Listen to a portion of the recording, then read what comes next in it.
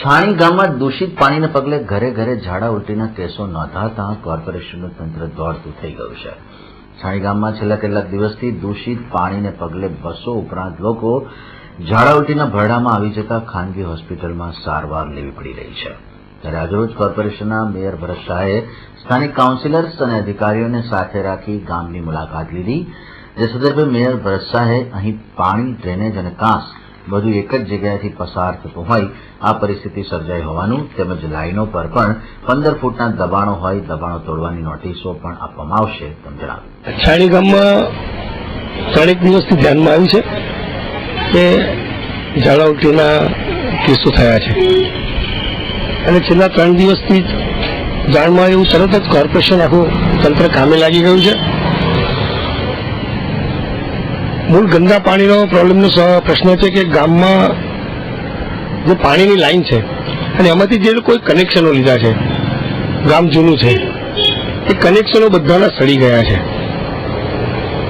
એમને સડી ગયા લીધે ડ્રેનેજના ગંદા પાણીની લાઈનમાં ઘૂસી જાય છે.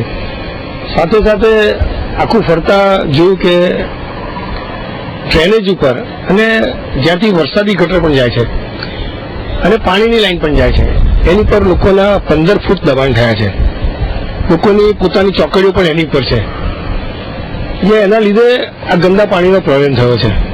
તંત્ર તરત કામે લાગી ગયું છે અને સાથે સાથે જે દબાણ થયા છે એની પણ તોડવાની નોટિસો અમે ચાલુ કરી દઈશું.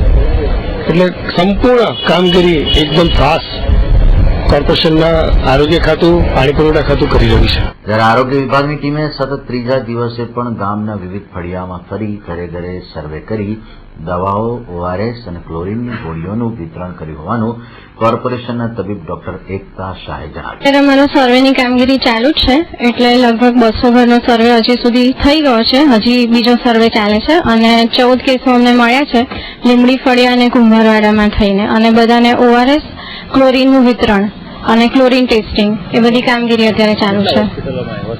હોસ્પિટલમાં અત્યારે સત્યમ હોસ્પિટલ છે, પછી અહીંયા છાણી ગામના જે લોકલ ડોક્ટર્સ છે એનો પણ સર્વે કર્યો છે અને ત્યાં પણ જે પેશન્ટ એડમિટ હોય એ એરિયામાં અમે જઈને દવાનું ડિસ્ટ્રીબ્યુશન ને બધું કરી રહ્યા છીએ. કંટ્રોલમાં તો લગભગ 3-4 દિવસમાં આવી જવું જોઈએ કારણ કે લોકોને અમે પાણી ઉકાળીને પીવાનું એ બધી સલાહ પણ આપીએ છીએ. એટલે બંને જો દવા અને હેલ્થનું એજ્યુકેશન એ બંને સાથે હશે તો ચોક્કસ કંટ્રોલમાં આવી જશે.